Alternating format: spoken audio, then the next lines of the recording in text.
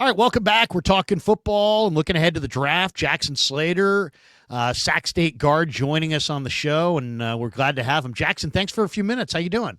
Yeah, doing well. Thanks for having me.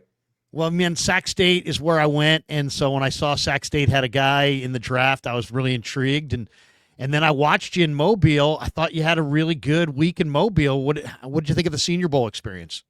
Yeah, I mean, super cool experience. Definitely a goal of mine throughout my college career was to, make it to the Senior Bowl, be one of those small school guys that, goes out there and shows that, we can play ball too. So, yeah, I think I had a great week. Met a ton of cool people, met with a ton of NFL teams.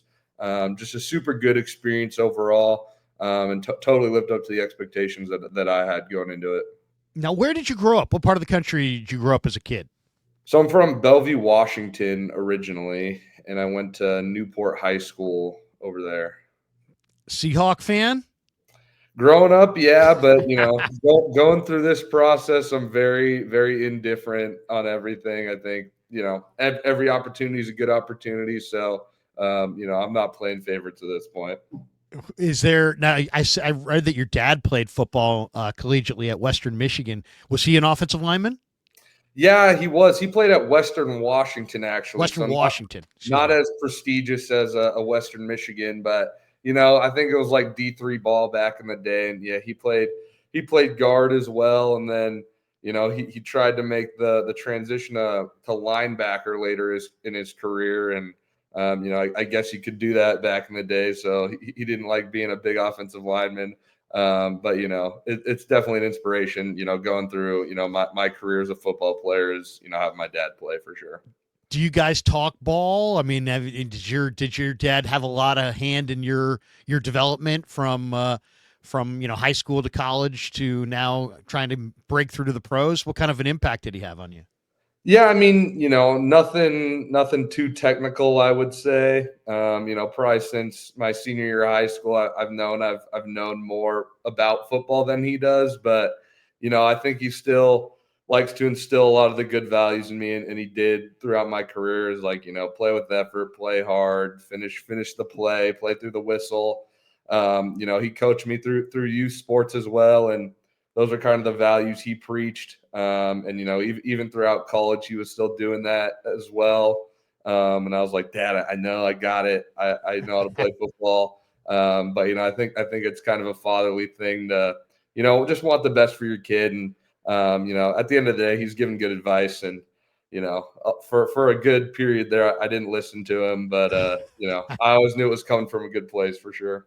Now, I saw that you played all three spots, tackle, guard, and center in high school, and you were a three-star recruit, but you also played D-line. As a former scout, I always loved offensive linemen that had a defensive line history. Usually it showed that they were athletes, and, that defensive mentality usually means you want to hit somebody.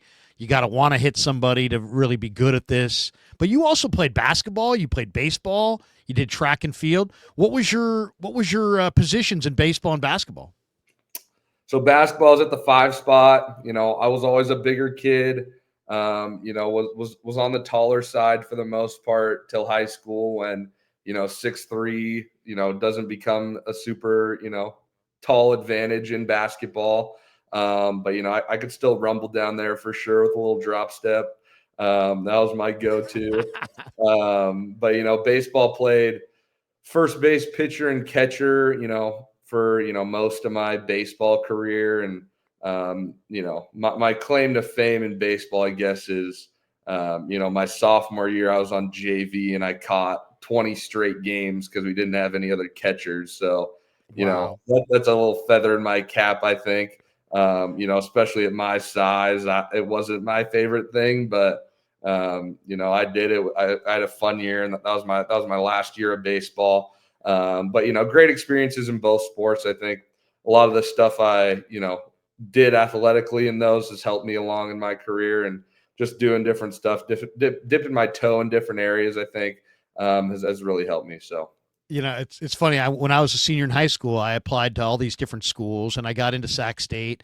And Sacramento didn't appeal to me. I grew up in San Francisco, and it just seemed, man, it's flat and it's hot and it won't be cool. And my dad's like, yeah, they're having like a River City Days thing in the spring when I was senior in high school. He's like, yeah, we ought to go up and check it out. And I went up there in the springtime on just a beautiful day. I think it was like in April, and it was a beautiful day in Sac. And there were so many beautiful girls on campus. And I'm just like, you know what? Sac State, this is it. How did you wind up from Bellevue, Washington? How'd you wind up at Sac State? Yeah, so I mean, I think just generally an under recruited guy in high school. I think a part of it's being sort of a late bloomer football wise, as well as, COVID kind of playing an impact in recruiting later in high school for me.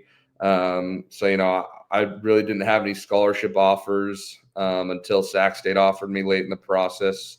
Them and Eastern Washington, who offered me a partial offer. So Sac State was my only full ride, and kind of made an easy choice. I definitely wanted to go out of state, and California was appealing for college, I think. Kind of lined up with where I wanted to be. And wanted school to be paid for, wanted to take that off my parents' plate, and, versus, I had some Ivy League offers, and, writing a big check for, these Sure. Ivy League schools where they're non-scholarship.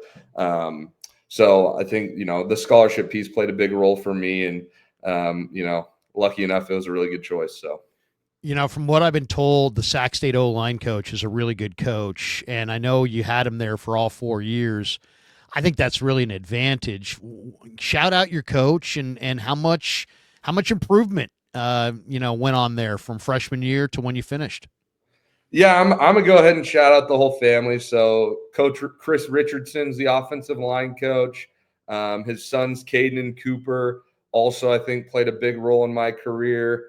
He has a daughter named Katie, who's a really nice girl, and his wife Kelly. Just the whole family really took me in. Being an out of state guy, they did a really good job taking care of the out of state guys, especially just because it's tough to go home. For like Thanksgiving when we're in the playoffs, or Easter when we got summer workouts. And so they did a really good job of, taking me in. And I think the rest of the O-line that's played under him, I think, would share the same feelings towards that. But, just huge, I think, improvement for me was just understanding the mental side of the game and understanding all the assignments, being a versatile guy in my time there. I had to understand all five. And, as I got more familiar with offense, I started to understand, what are the tight ends doing on different plays? Who's the running back have? Who's the hot guy? Just different stuff like that's little, but I think, accumulated over the course of my career, and, help me get a really good grasp of offensive line play for sure. You started 40 plus games at guard, but I think a number of scouts, myself included, kind of look at you as a guy who would be a perfect maybe late day 2, maybe early day 3 pick, because you can play all the spots. And I think I'd love to see you at center at the next level, just because I think you're smart. And I think, I'd like to have a smart center with a wide base who likes to mix it up. And I think you kind of check all those boxes. What did you hear from the scouts in Mobile, or really in this entire process so far, about kind of how they envision you at the next level? Yeah, I think you hit the nail on the head, kind of a center type body, I think. And I'd agree with that. I think I have a lot more room for growth at center than I do at guard. I think, not being able to play a ton of the position is, probably a disadvantage, but I think it's also an advantage for me to, start learning at the highest level and kind of understand, the different body positions or what's expected of a center and stuff like that. So, I think there's a ton of room for growth there, but, just after the week in Mobile, I think, I can be a swing guard as well. I think I proved I can play all 3 spots. But I do think personally, center is where my highest potential is, but, I also feel confident going out there and guard and getting the job done. So we're in that downtime between the All-Star game and the Combine. And by the way, congratulations on getting invited to the Combine. I say that because there's a lot of really good football players that aren't invited to the Combine. A lot of really good football players. There was a guard from Carolina in Mobile who just, I thought, looked amazing. He's like 5'10". He's 285 pounds. He didn't get invited to the Combine. Nash Hutmacher from Nebraska, big nose guard, awesome wrestler, didn't get invited to the combine. So there, I'm sure you're getting ready for the combine. Here is, I'll share the screen here. Here's a great scene. This is you. Looks like maybe setting your personal record in the power clean, Yeah. and your boys are giving you some love. Let's play this and then talk to me about it. Here it is. Looks like solid 405. Looks like we're gonna 405.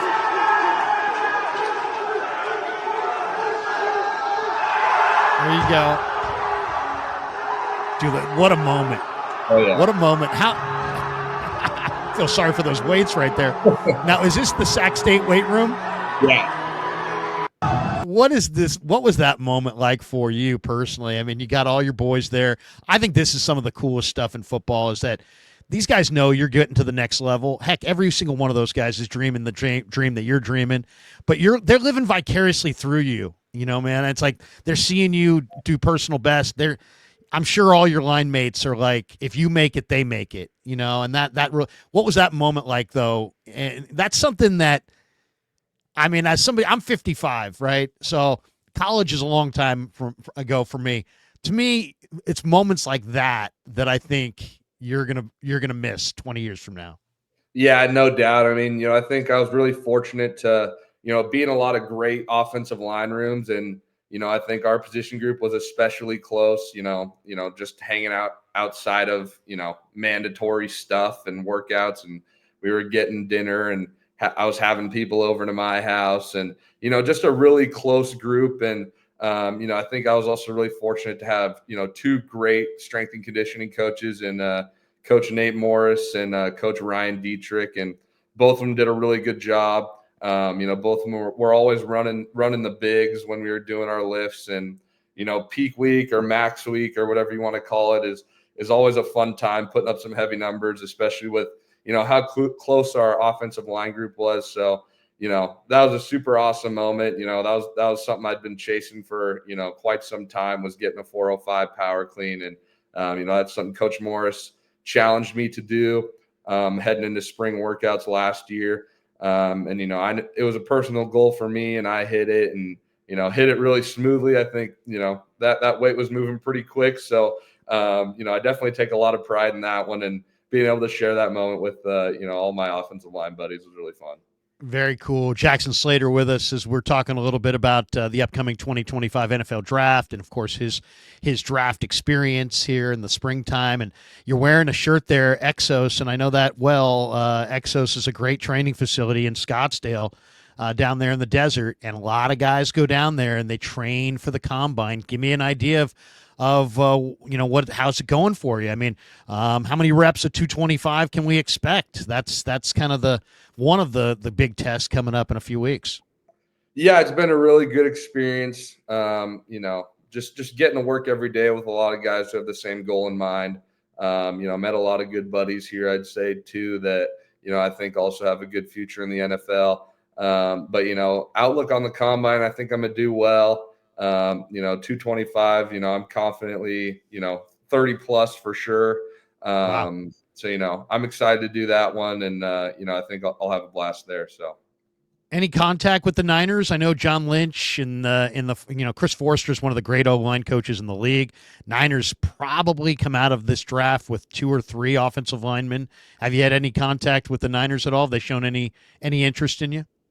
Yeah, I mean, just at the Senior Bowl, every guy meets with every team. Sure. So, outside of that, I think a lot of stuff kind of heats up after the combine and at the combine, obviously. So we'll kind of see where the journey takes us. One of my favorite things to do is watch the one-on-ones in Mobile, and now they televise the practices, and that is so cool because it's like, hey, it's you don't necessarily get to see it if you don't go down there. But I want to share the screen because I really did feel like you dominated a lot of the one-on-ones and had a really, really good week in the one-on-ones. And you're going up against some big-time boys here. Walter Nolan from Ole Miss. Here's I'll just play it, and we'll get a view of your one-on-ones. What was this experience like? I mean, first of all, I love the wide base. I mean, you got a nice wide base. You fire out those hands. Seemed like some of these guys move really, really well, and you stayed center on them, stripe on a stripe. Didn't give ground. Oh, here's Omar Norman Lott. He's enormously strong from Tennessee. Nolan, you just got him and moved him around there. What was this experience like doing those one-on-ones with so many great players? I mean, this is, in a lot of ways, man, the scouts are really looking at a lot of these reps. Yeah, I think, it's obviously a defensive line drill versus an offensive line. So, kind of, going out in there, not really knowing what I was, going to expect, to be honest. Playing Big Sky football all my career. And then, going to the Senior Bowl and having this top talent there. I knew it was a good opportunity for me to kind of prove that I belonged, and I think I did. So, in these one-on-ones, just trying to stay square, not give up a ton of ground, even though, in one-on-ones, it's more okay to lose a little ground than, Sure. in team reps probably. But again, just, trying to stay square, use my hands well. And I think just kind of stay true to my technique and what's worked for me in my career, and, not try to, overthink it was something that I kind of went into it with the mindset of, I would say. So, obviously had a great career at Sac State, and I think, had to have done a thing or two right when I was there to play as much football as I did. So, I was just mainly trying to trust my technique, and, I think it worked well for me. Was there anybody that you said, man, that guy's really quick or really strong or really a tough block for you? Was there anybody that stood out to you in those one-on-ones among the D tackles that you went against? Yeah, I think, my roughest reps probably were against Omar Norman Lott, just, a fast guy, uses his hands well. And, I'd say the same about Walter Nolan. I think we had some battles. I think personally I looked a little better in those versus, Omar. But, just overall a really good defensive line group, at the Senior Bowl this year. That's kind of something they were hyping up, going into it. So, I knew it was a good opportunity to, hopefully do well against some of those guys. Omar Norman Lott's a Sac guy too. I don't know if he said Yeah. anything to you, but isn't he from? He went to Grant High School, I believe up in Sac, and Yeah, he's I seeing think you he had wearing a the Sac stint. State helmet. I think he had a stint at Folsom High when my offensive line coach was there too, because they connected when my offensive line coach came and watched me on one of the practice days. So yeah. The three linemen in the interior that impressed me when I watched the drills. Marcus Ware from Montana State, who I might have been in one of the other All-Star games, and then Willie Lampkin was the kid I was talking about from North Carolina, who started at Coastal Carolina, and he's like Yeah. some championship wrestler. He's like 5'10", got to be about 280, 285, and Lampkin just had some amazing reps. Did you see any of your fellow guards or interior players that stood out to you?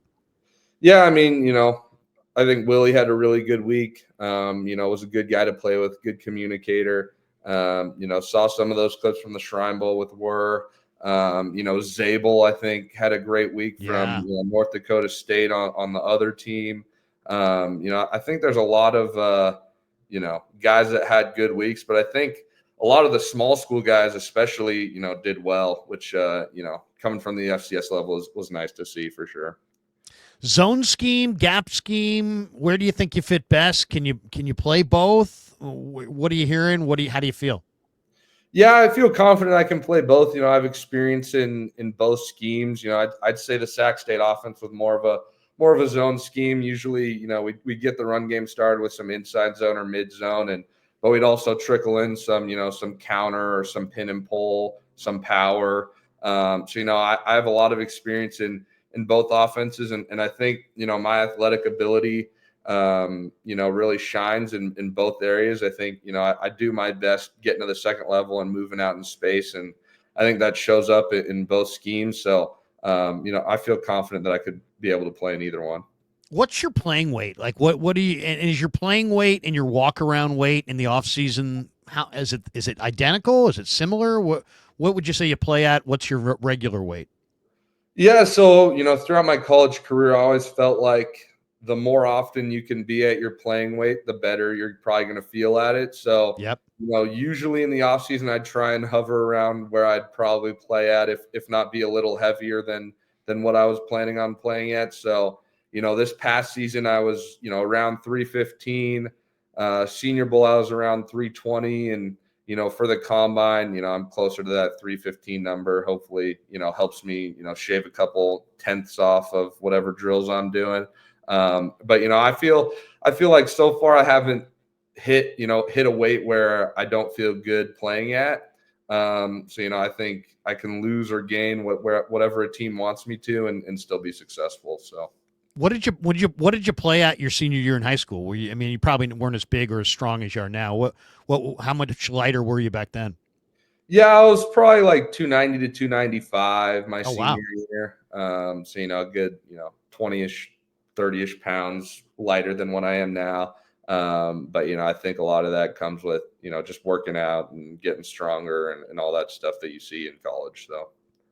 What is there an offensive lineman in the league that you've studied or one that you like to watch and say, you know what, I like watching this guy. I learn from watching this guy. Is there any pro lineman that you've studied? Yeah, I tend to gravitate towards the 6'3" guys, maybe the small school guys. So Jason Kelsey's one that I like watching. Yeah. But some of the more niche guys, Quinn Minor, I enjoy. But the guy I've studied the most is probably Mason McCormick. Was a guard. Pittsburgh. Yeah, Pittsburgh, Yeah. came from South Dakota State. So another small school guy, and we've played a ton of Missouri Valley teams over my career, so we had a lot of South Dakota State film. So kind of before the season, before fall camp, I kind of jumped into some South Dakota State film and watched what he did his senior year, because it obviously helped him in the draft. So tried to emulate his play as best I could.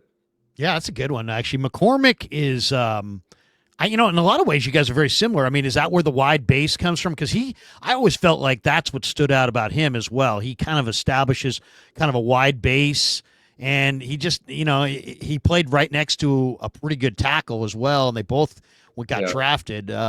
I thought that both him in his tackle cohort, the right side of that offensive line was really, really strong. But he stood out for kind of the long arms and the wide base.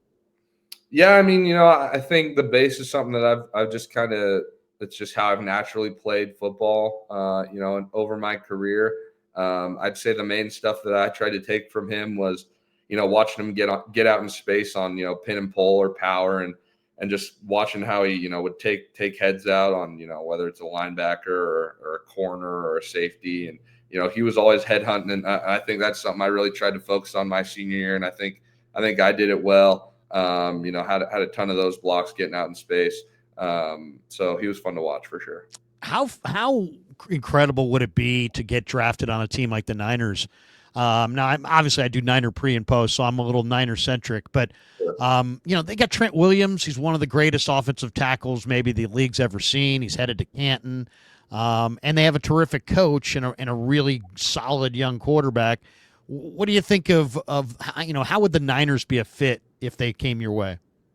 Yeah, I think I can be a fit anywhere. And, I think the main thing for me going into this process is obviously figuring out, what scheme I would probably fit best in, as well as, hopefully when I get in the door somewhere, being able to kind of buddy up to a vet. So having a guy like Trent Williams there, just guys like that, that are across the league that, know how to do it right and have done it, at a high level for many years.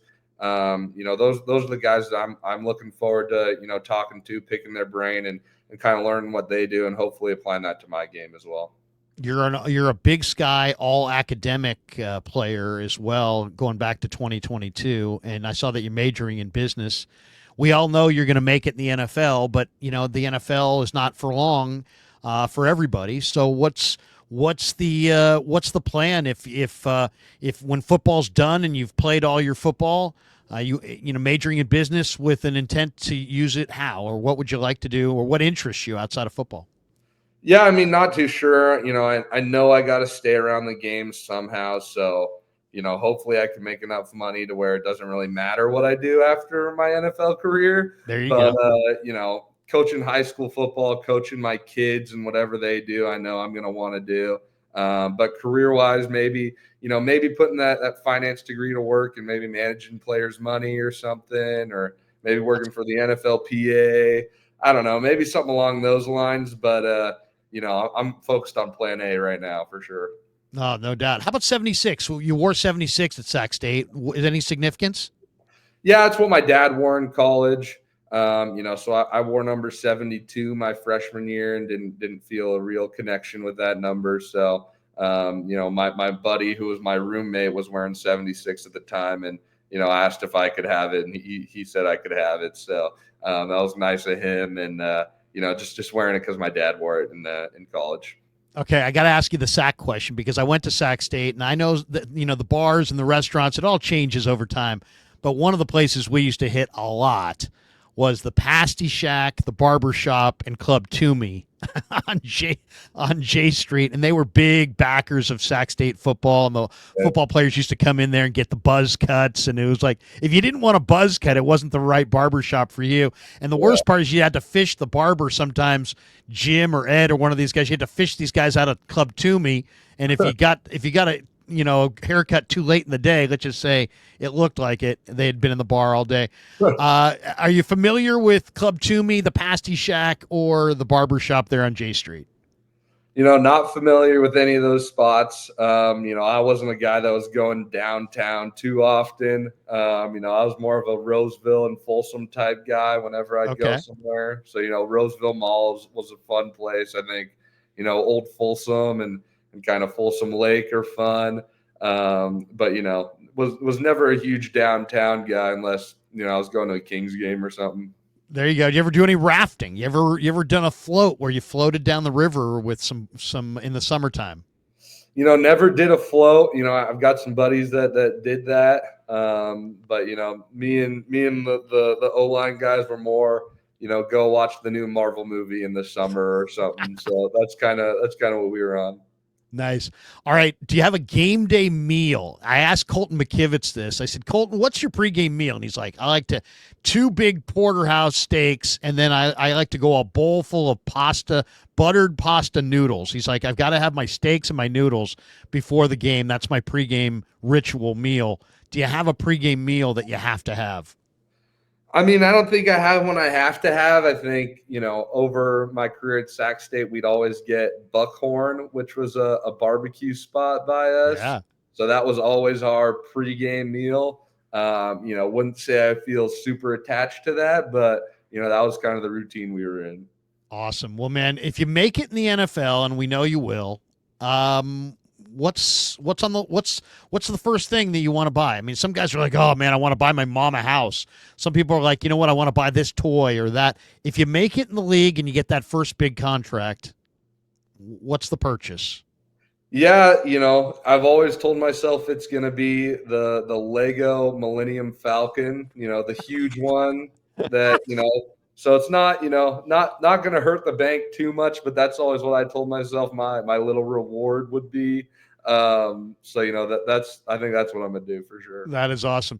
I went to Sac. My wife went to Davis, so we do kind of argue about the Causeway Classic. What was your record in the Causeway? So I ended up being 2-2, unfortunately, in the Causeway. Didn't get the opportunity to contribute to this past year's Causeway. I was out with an injury towards the end. But great rivalry with Davis for sure. It's you box it up on the schedule every year, and it's one you circle. But I think I do have a lot of respect for those Davis guys. They put together good teams really consistently. Good buddies with Lan Larison, who is the running back out of there. I think he's a great player and has a great future as well. There's definitely a rivalry, but I have respect for those guys for sure. Appreciate your time, man. Last one. Are you a fan of other sports? Are you into any other sports? Basketball, baseball, hockey, any other sports? And if so, who's your team? Yeah, I'd say, Seattle Mariners is probably the team I follow the closest, not having a basketball team. So I'm not a huge NBA guy. We just got a hockey team, the Kraken, from my hometown. So maybe I'll, figure out a way to go see a Kraken game or something at some point. But, growing up, it was definitely the Mariners, especially being a baseball guy. And, I'd go before the game and get autographs when I was a kid and stuff. And that was fun. So I'd say the Mariners for sure. Was Griffey still doing it when you were a little kid, or was he done by then? He probably was still doing. I think he retired in like 2010 or something, but I don't remember seeing him. So it was Ichiro. Yeah. It was guys like that. It was Felix Hernandez. But when I was a kid, it was more when we'd have those consistently bad Mariners teams, and it's nice, seeing them, kind of start to improve, make the playoffs. So hopefully we can get a World Series at one point for sure. Jackson, thanks for spending so much time with us, man. We're rooting for you, brother. Have a great combine, man. Absolutely kick ass and dominate. And we wish you nothing but success. I'll be on draft night. I'll be doing the draft show inside the Niner or right outside the Niner war room. They don't let me in. They keep Kruger on the outside, but I'll be across the hall from the war room. And if the Niners wind up taking you, man, we'll have to get you back on. But congratulations on an incredible career, and we wish you nothing but success and good fortune going forward with your NFL career. Thanks for jumping on, and we really appreciate you quite a bit. And man, we're wishing great things for you. Yeah, thanks for having me. Appreciate it. Jackson Slater, Sac State's own. We continue with more next.